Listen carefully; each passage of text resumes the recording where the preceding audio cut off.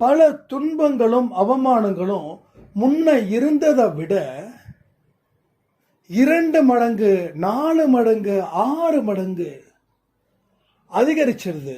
அதனால இவருடைய வழிபாடை கூட நான் நிறுத்த வேண்டிய கட்டாயத்தில் வந்துட்டேன் அப்படின்னு சொல்லி சொன்னாங்க. அப்போ முழுமை பெறாத பயணம், அர்த்தம் இல்லாத ஒரு வாழ்க்கைய குறிக்குமா குறிக்காதா?